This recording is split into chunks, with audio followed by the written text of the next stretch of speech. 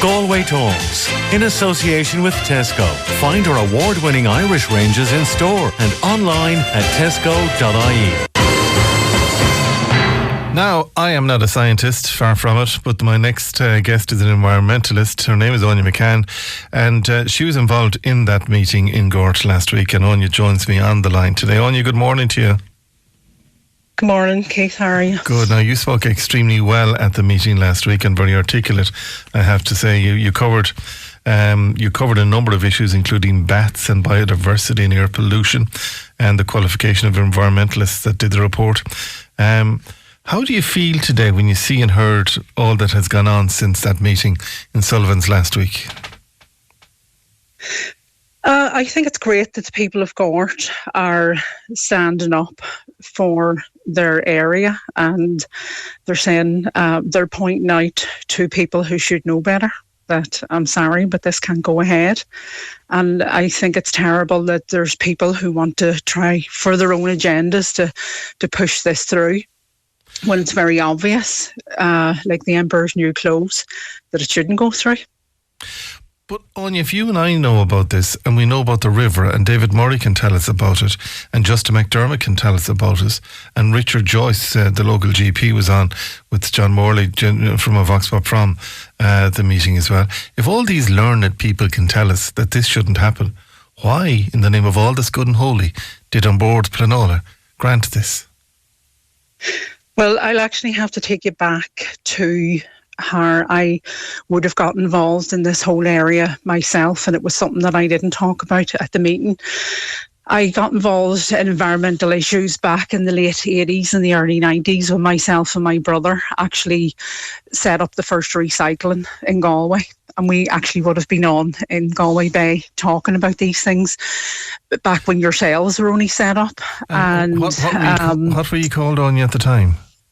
Salvage One Recycling. I remember and a lot of people that, a lot of people would remember us because we set up the first can banks in Galway. That's right. And we would have set up the Cash for Cans schemes, and we ran that scheme.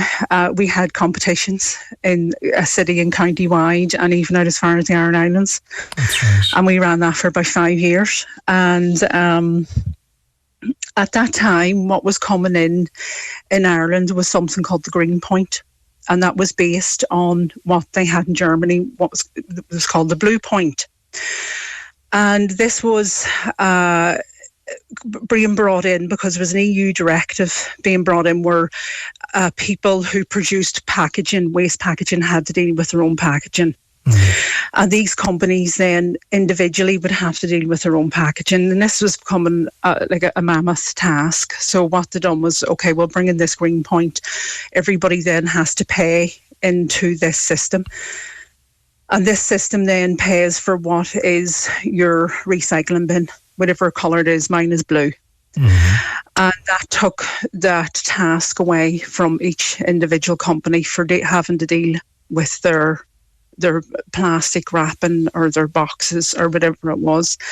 Now, what was happening in conjunction with that at the time was municipal waste was moving away from the city councils and the county councils, and they were looking for companies to take this system off their hands. Mm-hmm.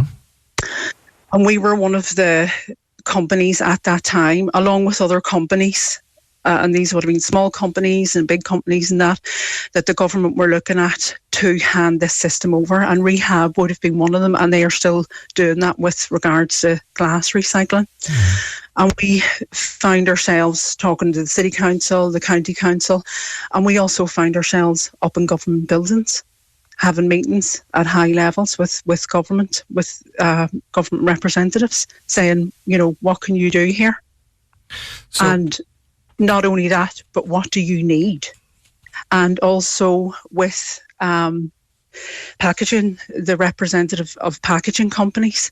So what is actually going on here? And this was to fill the EU requirements.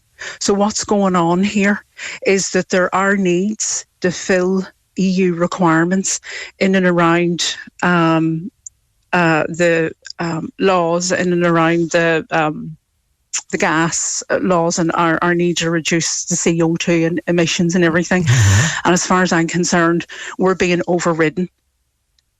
It's clear that this plant shouldn't go in that site. It's as clear as day. It shouldn't go in that site. This isn't an issue about farmers and sorry to go across you there altogether, Áine, on this, but are you saying to me that to tick a box in Europe, this has been put into Gort?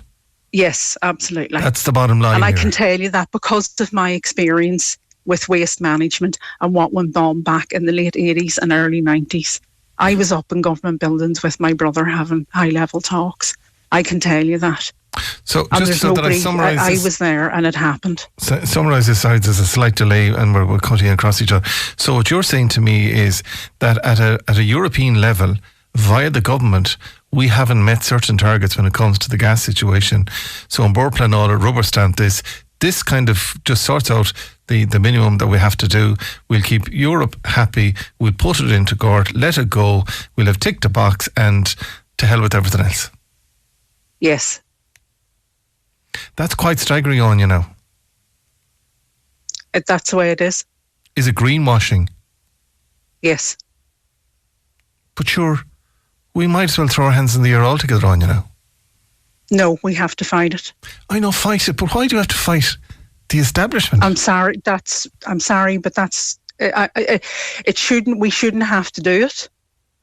But that's the reality of the situation, because there's powers that work above us that just want this done, and it's terrible. It's awful. I live 400 metres from this, and that report that was wrote by that man in Bord Pleanála, I after a while, of reading it, it was a serious report. After a while, so it's not backed up in any scientific way. But there's no qualitative or quantitative. It doesn't back it up. It's not scientific. But Áine, I'm sorry. It's no better than sorry. No. Just in relation to this, I mean, the situation is that I really, in my heart of hearts, hope that the judicial review will be successful. But that's a legal process none of us have control over. But if it's not successful and it goes to Europe, you might as well pack your bags in Gort right now and go somewhere else, because if Europe are insisting that we do this, there's no way in a month of Sundays, in 5 years' time, that Europe will not make a decision against this. If that plant goes there, it will cause so much trouble. We will not be able to remediate that site. We will never be able to remediate that site because there is a big fissure underneath it, and everything that goes into that plant will leak. That's an inevitability. There is a chance that could burst. This has happened with these plants. And if that goes under there, that will contaminate everybody's wells. And that whole SAC of Coolgarryland, which is that's gold standard SAC, that has European status, and that will contaminate the whole of Galway Bay, and it will any organic farms, the mussels and the oyster bays, everything, that's all gone. You can kiss that goodbye. Those aquifers are notorious. You can't remediate those. That'll be years and years. Our water quality has already gone down.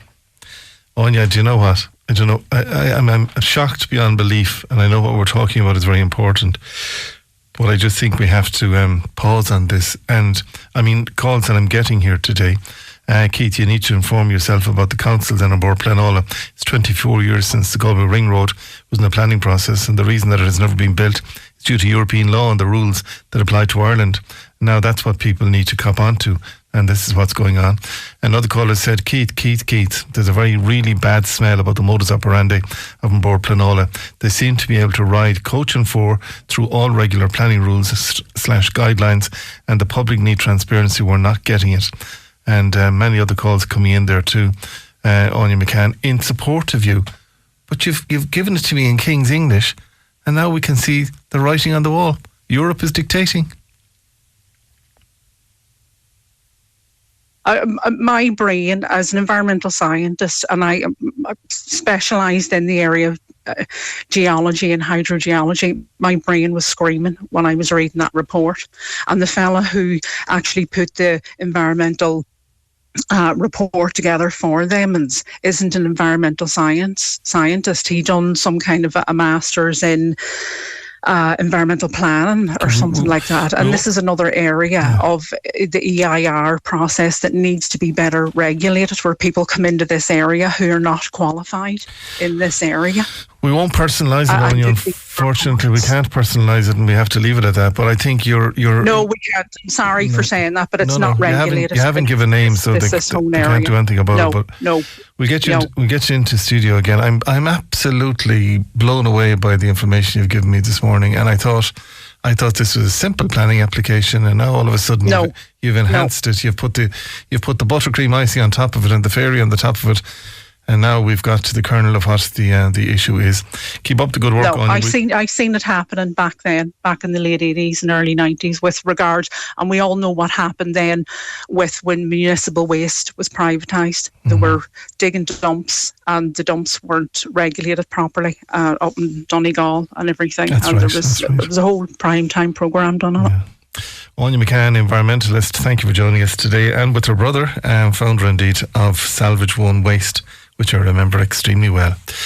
Let's just head towards the 10 o'clock break and take a breather. And after that, we're looking at speed limits. And David Nevin joins me. He attended the Galway City Council meeting yesterday. He joins us just after 10 to give us full details. Galway Talks, in association with Tesco. Click and Collect allows you to collect your order whenever suits you.